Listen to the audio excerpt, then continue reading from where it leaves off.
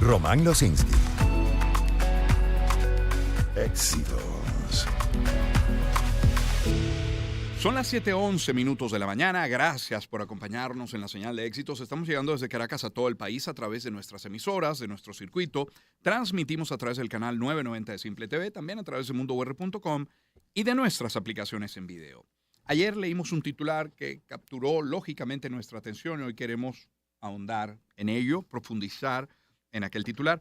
Mire, el sistema de evaluación de conocimientos en línea de la Universidad Católica Andrés Bello ha publicado resultados correspondientes al periodo académico 2023-2024 y reveló unas cifras preocupantes de deficiencias en el rendimiento de estudiantes de educación media en Venezuela.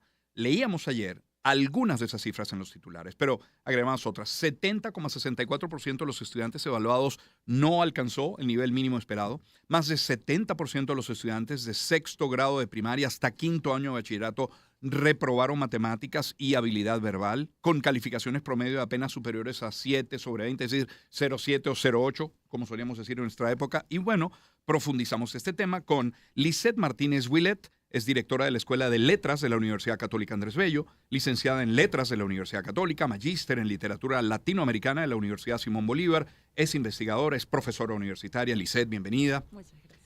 Y tenemos en el estudio a José Javier Salas, coordinador del Sistema de Evaluación de Conocimientos en Línea, el CECEL, de la Universidad Católica. Es educador, es investigador también y profesor universitario. José Javier, bienvenido. Agradecido. Le pregunto a ambos, primero, como para tener una idea del alcance de este trabajo, ¿cuántas pruebas se hicieron? ¿En qué estados del país? A ver.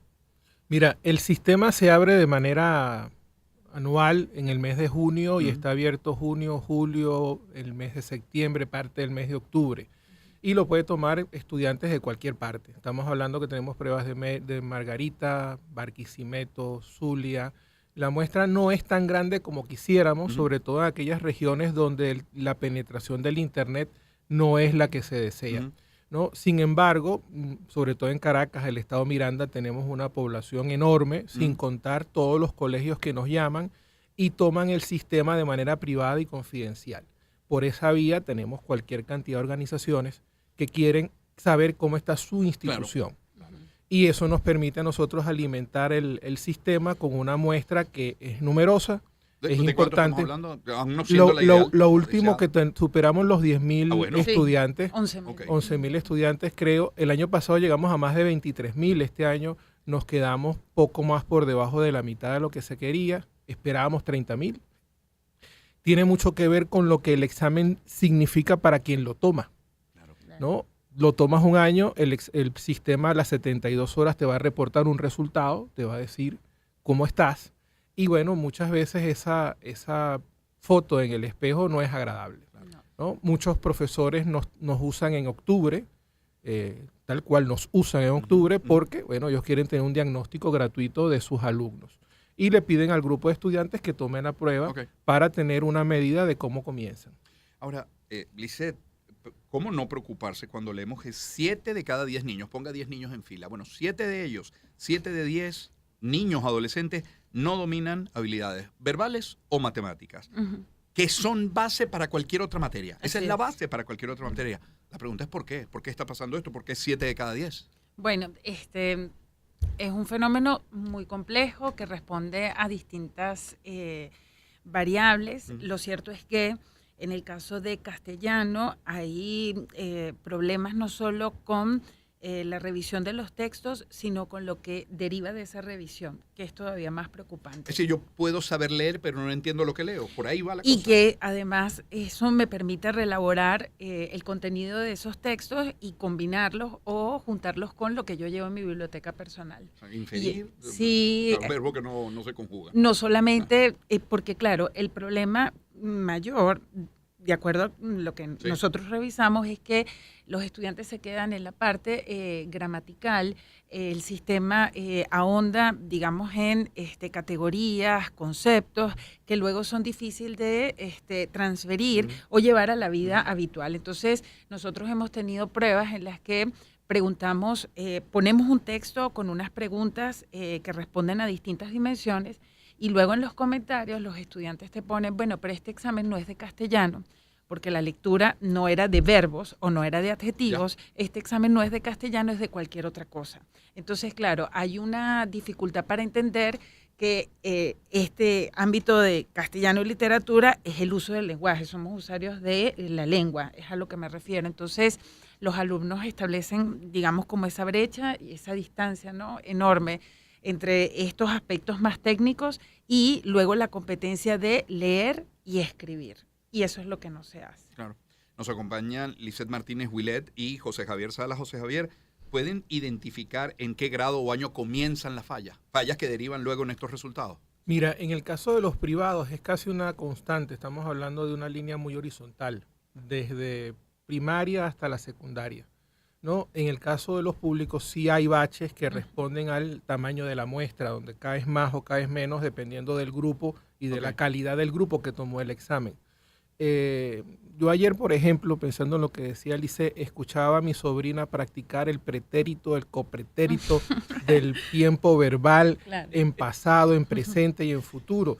Y yo le decía a mi esposa, wow, pero yo en todo este tiempo no le he escuchado leer, claro, o por lo menos verla escribir algo. Y además era una práctica completamente memorística. Mi esposa, que es profesora de matemática, con un papel veía la respuesta, pero no se la sabe, que sí. Comer en pretérito del pasado de no sé qué, y eran unas combinaciones que yo decía, deben ser importantes para el profesor de castellano, pero son más de forma que de fondo. Y ahí tienes un problema. Cuando tú tienes todo un año para hacer algo que es básico, es que sepa escribir y leer. Punto. Claro. Eso es lo básico. Todo lo demás es de forma. Y si no tengo eso claro, y eso tiene que ver con el enfoque por competencia, yo me puedo quedar en la forma y no voy a lo realmente medular. El examen de castellano es de comprensión lectora. Hay inferencia, eso lo puede explicar mejor Lice que yo. Hay distintos niveles de inferencia y los estudiantes solo responden bien a aquellas preguntas que pueden reconocer el texto. Me preguntan literal el nombre de Román. Román se llama, entonces ese es el nivel de correspondencia entre el enunciado del reactivo y la forma. Entender, interpretar, inferir. No, es muy complicado. No lo consiguen. La verdad que no. Y emitir una opinión que sería ya hacia la última parte de esa dimensión crítica derivada de la lectura, bueno, es muy complicado. José Javier, hablabas de baches. Yo, como parte de lo que han publicado del informe, tengo acá dos gráficos, uno de habilidad verbal, otro de matemáticas. Está la comparación en el rendimiento en escuelas públicas, en colegios privados y la verdad global también. Y es muy similar el alza y las caídas, ¿no? En ambos. Me llama la atención que en el caso de la habilidad verbal hay una caída en el cuarto año y esto me refiero a que ocurre en los públicos, en los privados, en el global cae en cuarto año la habilidad verbal y en el caso de matemáticas cae en el segundo año. ¿Por qué lo identifican? ¿Saben por qué puede ocurrir esto? Tiene mucho que ver con el tamaño de la muestra, como te decía. ¿Sí? La muestra en algunos casos nos perjudica y también tiene mucho que ver con el tipo de contenido que se trabaja, sobre todo en matemáticas. En secundaria los contenidos son bien específicos un año con respecto a otro. Además tiene también que ver con cómo viene ese segundo año del primer año. Uno suele decir, me gustó matemáticas de primero, pero no de segundo. Ese tipo de cosas suceden.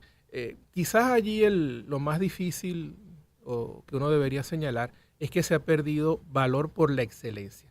Ese énfasis por sacar 20 o por sacar 18, por destacar. Por eximir. Bueno, eso habla de la cédula que manejamos nosotros, ¿no? Gracias. ¿No? Sí. Eso se ha perdido. Entonces tú vas a un estudiante de cuarto y quinto año pensando en una sola cosa, irme. O sea, no del país, irme del colegio a salir, egresar. El cómo, el cuándo, ya el cupo lo tengo. Y cuando los estudiantes, por ejemplo, nos ha pasado en algunos colegios, tienen el cupo en la universidad garantizado en el mes de octubre porque ya tomaron el examen de ingreso en la universidad que les interesa. De ahí en adelante es la locura en el colegio porque no saben qué hacer para que ese estudiante entienda que todavía le falta terminar. ¿No? O sea, es realmente dramático. Ahí Lice, preguntar cuáles son las consecuencias de estos números que refleja el estudio. Porque uno podría pensar, bueno, ¿qué pasa el siguiente? Hablabas tú, no sé, del espejo.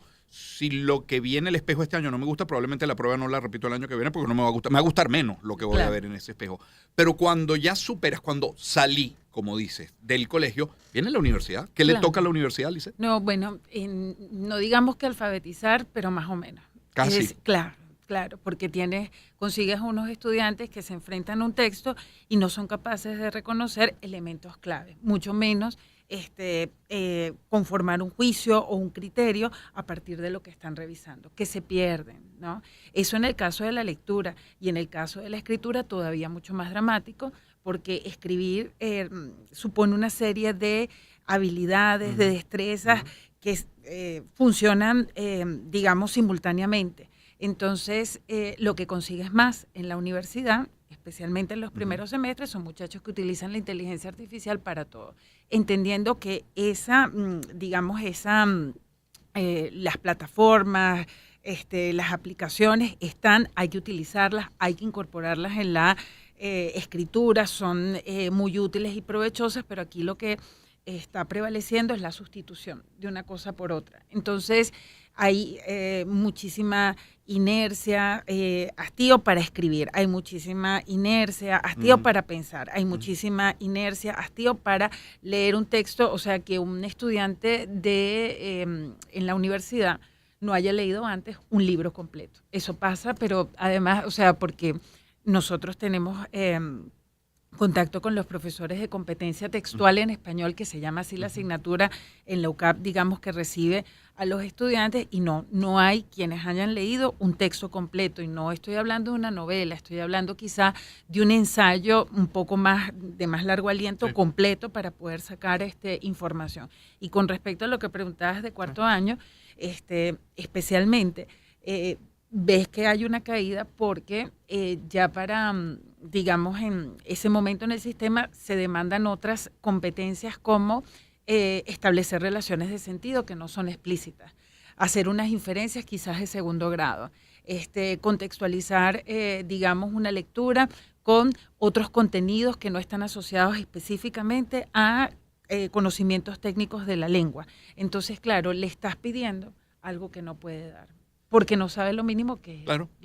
Nos acompañan en el estudio Lisette Martínez Willet y José Javier Salas. José Javier, más allá, cuando intentan ubicar el origen de toda esta situación que deriva en estos resultados, ¿qué encuentran? Que no hay los profesores suficientes, que no están lo suficientemente bien preparados, por supuesto sabemos que no están lo suficientemente bien remunerados, temas de infraestructura, alumnos desmotivados, no les seduce la escolaridad. ¿Qué hay detrás? Mira, hay de todo. Cuando presentamos los resultados al ministerio, al ministro, y estaba representantes de la Universidad del Magisterio, del Observatorio de la Calidad Educativa, y ellos también están midiendo, confirmamos las tendencias, ¿no?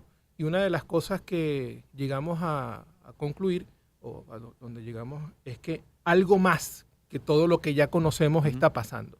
Eso nos llevó a investigar, por ejemplo, qué pasa en Chile, qué pasa en Colombia, y los resultados, por lo menos en las pruebas PISA, indican que hay cierto retroceso en los aprendizajes, en los resultados que estas regiones están teniendo en esas pruebas estandarizadas. ¿Qué significa? Que hay mucho más que lo que nosotros sufrimos diariamente en nuestro sistema escolar, que tiene que ver con el hecho educativo en sí. Cada vez es más difícil enseñar.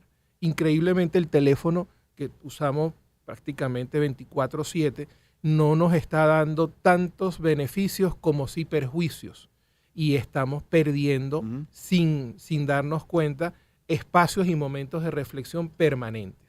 Y en el caso del castellano es dramático. En el caso de matemática es todavía peor. Tú puedes tener a un profesor de matemática hoy, en el año 2025, enseñando porcentaje como lo enseñaba en el año 1990, hace 30 años.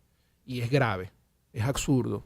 Hace años me tocó una entrevista y estaban hablando de cómo enseñar a leer, y la persona que estaba antes hablaba de Mi Jardín. Claro. Y yo le decía Coquito, yo pensaba y decía, por Dios, que no me pregunten sobre lo que está diciendo. Solo quiero eso, o sea, yo sentarme y que me pregunten lo que me van a preguntar, pero que no me pregunten de Mi Jardín. Pues yo decía, yo estudié con Mi Jardín y tengo 47 años. No me hables en 2025 que el libro de texto es Mi Jardín. O sea, necesita haber un proceso de evolución natural, como lo hay en la medicina, como lo hay en la ingeniería. Tiene que estar y existe, pero abrazamos prácticas casi que milenarias, estamos casi como Japón en algunas cosas, haciendo cuestiones y las repetimos. ¿Cómo llegar de Mi Jardín a la inteligencia artificial, no? Y cómo lograrlo de manera que no genere problemas y que lo que consigamos es lo que queremos. Y allí hay un problema serio, el tema de la actualización, el tema de que no tenemos un flujo suficiente de renovación, o sea, no tenemos suficiente sangre joven entrando al sistema para ser irreverente y decir así no, es así. Y además si reciclas a una cantidad de personas que tú dices, mira, ya debieron haber, que funcionaron en su momento, que hay que darle las gracias porque subsidian al sistema. Todo eso hay que decirlo. El docente subsidia al sistema y hay que darle las gracias y, bueno, abrazarlo y besarlo cada vez que pueda, pero tuvieron su momento. Y es necesario que se incorpore una cantidad de personas que tengan una visión mucho más holística y mucho más cercana a la realidad. ¿El ministro conoce estos resultados? Sí. ¿Qué dijo? Fue una reunión sumamente cordial y además calificada. O sea, ¿qué significa? Que estábamos hablando desde la base de los hechos, de los que ellos han medido y de los que nosotros estamos midiendo. Coinciden. Y confirmamos las tendencias. Ellos miden tercer y sexto grado en el observatorio. Nosotros en cuarto, quinto y sexto grado tenemos muestra, pero no es tan grande como para publicar. En sexto grado comenzamos a tener correspondencia en los resultados y tenemos los mismos. En términos de tendencia, tenemos lo mismo. ¿Y en el que hacemos con esto? Allí tenemos también diferencias en cuanto a la forma en que se puede hacer. El ministro presenta las ideas. Una de las cosas que decía era lo difícil que es subir los sueldos a 1 millón de personas que conforman el Ministerio de Educación, por lo que significaría el impacto en el presupuesto nacional y una cantidad de variables socioeconómicas que sin duda es lo primero que sale cuando hablan del sistema educativo. Bueno, es que no se les paga. Sí. Pero, claro, tú vas a otras regiones y consigues que teniendo mejores salarios que los nuestros y teniendo mejores condiciones que las nuestras, igual estamos perdiendo aprendizaje. Entonces, no es solo lo que ya conocemos, sino otras variables adicionales que necesitan ser estudiadas. Y por eso incorporamos en el informe toda esta cooperación regional que nos parece sana, porque de alguna forma dice, está bien, lo del salario es urgente, nadie en esta mesa va a decir que no, o sea, es absurdo, y todo el que me escucha sabe que hay que cobrar mejor, no solo los profesores, no solo los maestros, los médicos, todo el mundo tiene que tener un salario digno que le permita resolver, pero además de todas estas variables socioeconómicas, el hecho educativo necesita una revisión íntegra, ¿no? Y eso pasa por ejemplo, el tema del mercadeo. O sea, todos los que tienes aquí son comunicadores sociales. Y muy probablemente tuvieron poco contacto con un comunicador social cuando eran estudiantes de colegio. Pero sí tuvieron contacto con profesores todos los días, todas las mañanas, todas las tardes, 24/7 prácticamente tuvieron mediodía a un profesor enfrente. Si teniendo a un profesor enfrente todos los días de tu carrera, desde primero hasta quinto año, y decides no ser profesor o no te engancha con la carrera, es porque algo desde la tarima hacia el estudiante está generando más alergia, resistencia que atracción. Y el comunicador social, por las redes sociales, que tiene menos contacto, logra atraer, llamar, quizás por el mismo carisma de la carrera, por los distintos medios con los que se pueden expresar. Pero creo que hay una revisión allí que hacer. No estoy diciendo que los docentes no se estén entregando y nada que ver. Estoy convencido de que el sistema se sostiene por esa opción de apostolado de los profesores y los maestros. Y hay que agradecérselo mañana, tarde y noche. Lisette, cuando se compara el desempeño de escuelas públicas con colegios privados, ¿en qué hay coincidencia y en qué puntos se separan? Bueno, con respecto a la escritura, digamos que hay una brecha importante. En los colegios privados todavía hay una práctica más frecuente, más continua, hay ejercicios que permiten, o digamos una práctica, ¿no?, que permite corregir, ampliar, desarrollar ideas quizás con un poco más de solvencia, ¿sí? En el caso de los colegios públicos es menor el trabajo porque, como decíamos, pues esto supone, digamos, mucho esfuerzo, no solo de los estudiantes, sino de los profesores. Corregir es una tarea muy complicada, es ardua, es tediosa y especialmente cuando se trata de corregir textos escritos, pues hay que valorar todos los puntos. Si hay una brecha, hay una separación, creo que es de 2 puntos pero tampoco, digamos, es radicalmente diferente el cuadro, ¿sí? Es decir, todavía en las instituciones privadas en las que hay mayor apoyo, hay un sistema que protege más al profesor y al estudiante, hay niveles bajos en castellano o en habilidad verbal en matemática. Es decir, que es un problema estructural grave hacia adentro, o sea, es hondo, o sea, por lo que el profesor dice es muy importante. Se trata de hacer una revisión holística que recoja aspectos que son elementales como esto, el mercadeo, y que uno nunca los piensa, hasta, bueno, cómo integrar el mundo actual y educar para la vida, porque quizás de ese informe lo más preocupante es que en el caso de matemática los muchachos se concentren en las operaciones, en el caso de castellano, en sujeto, verbo, predicado, pero luego ¿qué haces con eso cuando tienes que vivir? Claro. Eso tiene que ver con el enfoque. El enfoque por objetivo versus el enfoque por competencia. Si yo tengo claro qué es lo que se espera como profesor de castellano, puedo decir todo esto es forma y el fondo es este. Y van a leer todos los días, o por lo menos medio día de todas mis clases, o por lo menos 20 minutos van a escribir, así sea 2 párrafos, una carta de amor, lo que tú quieras. Pero si no tengo claro eso, me quedo en la forma y pienso que por repetir una estrategia o ahondar en algo, estoy perdiendo el tiempo cuando es eso lo que debería estar haciendo. Pues les agradezco a ambos que nos hayan acompañado esta mañana en el programa. Muchísimas gracias. Lizeth Martínez Huilet es directora de la Escuela de Letras de la Universidad Católica Andrés Bello, licenciada en Letras de la UCA, magíster en Literatura Latinoamericana de la Universidad Simón Bolívar, es investigadora, profesora universitaria, y José Javier Salas es coordinador del Sistema de Evaluación de Conocimientos en Línea, el CECEL de la UCAP, es educador, investigador y profesor universitario. Mire, uno antes de soñar con un cambio curricular es mucho, la verdad, lo que hay que hacer. Muy complicado no parece más un asunto de dinero, de voluntad, de interés, de ganas. Y yo no sé si, como diría George Michael, hasta de fe.